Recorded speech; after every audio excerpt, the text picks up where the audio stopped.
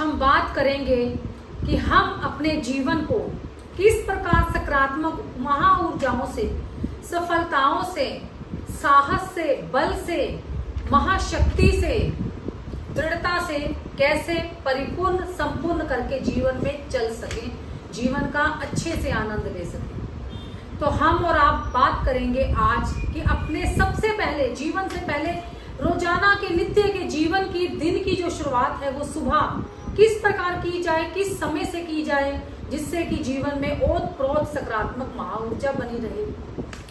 जय माता दी, मैं हूं आचार्य मिनी।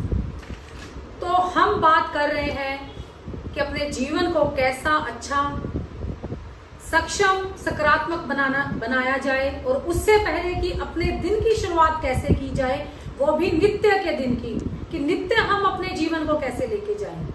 तो मैं आपको बताती हूँ, सबसे पहले सुबह हमें ब्रह्म मुहूर्त में उठना चाहिए, नींद और निद्रा को त्यागना चाहिए, बिस्तर को छोड़ देना चाहिए, वो भी सकारात्मक ऊर्जा से।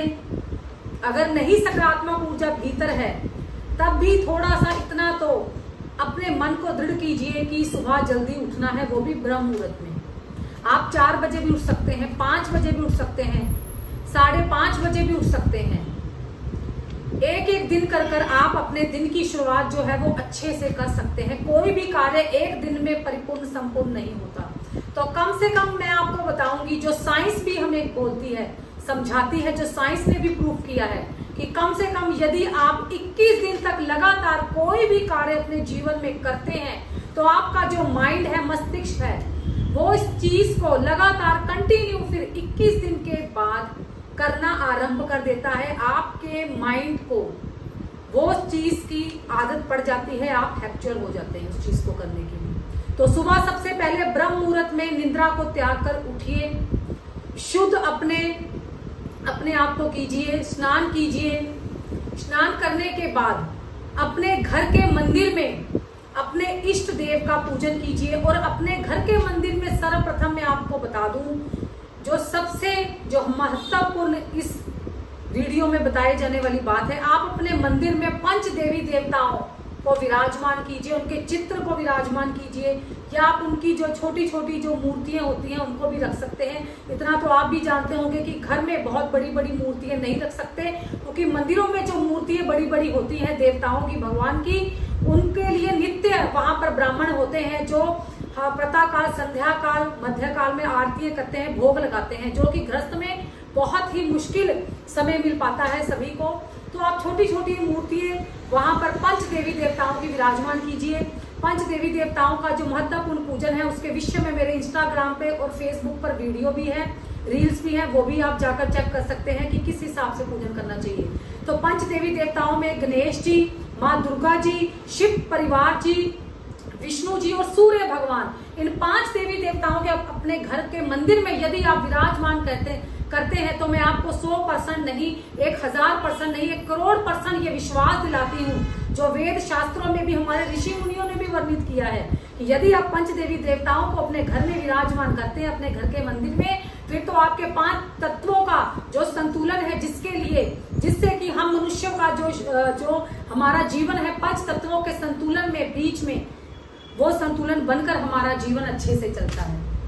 तो इस प्रकार आप सबसे पहले जो आपके इष्ट हो, इन 5 में से कोई भी जो आपके इष्ट हो, उनको मध्य में, मंदिर के मध्य में उन्हें विराजमान कीजिए।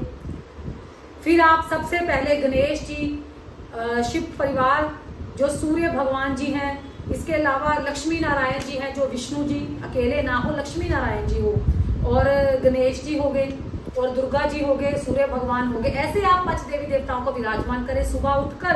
सुबह उठकर आप अपने इष्ट देव को शुद्ध जल से स्नान अवश्य करवाए, मंदिर में गंगा जल का छींटा दे।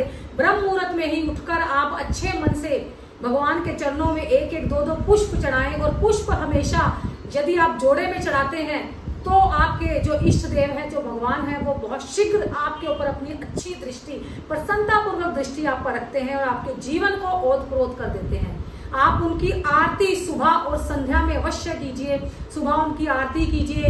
सबसे पहले आप गणेश जी का कोई भी मंत्र है जो कम से कम 3 बार उनके आगे जो आरती का पूजन, जो जोत का पूजन है वो अवश्य कीजिए। सभी देवी देवताओं के आगे एक एक करके थाली पूजन, जो जोत बीच में रखकर वो अवश्य कीजिए। तो सभी देवी देवताओं का नाम लेकर आप उनकी फिर आरती कीजिए। आरती के बाद अवश्य उन्हें भोग लगाइए। भोग में जो भी आप लगाना चाहें, मिश्री, मखाने या पंचमेवे का भोग, और तुलसी दल अवश्य उसमें रखिए। तो इस प्रकार यदि आप नित्य देखना, एक समय यदि आप 21 दिन करेंगे तो धीरे धीरे आपके जीवन में ये समय बन जाएगा, नित्य आप इसको करेंगे। और शाम को भी संध्या के समय आरती अवश्य कीजिए। इस प्रकार यदि आप अपने जीवन को नित्य ऐसे एक एक करके एक एक दिन आगे लेके जाएंगे तो आपका जीवन सकारात्मक ऊर्जाओं से ओतप्रोत होगा। आपको कोई समझाने वाला नहीं होगा कि अपने जीवन में आप ये अच्छा कर्म कीजिए या वो अच्छा कर्म कीजिए। आप स्वयं से इतने ज्ञानी हो जाएंगे कि आपका जीवन आपके ज्ञान से, आपके भीतर से जो आपको ज्ञान उठेगा आपके इष्ट की कृपा से, जिससे कि आपका जीवन महा ऊर्जाओं से, सफलताओं से ओतप्रोत होगा। जय माता दी।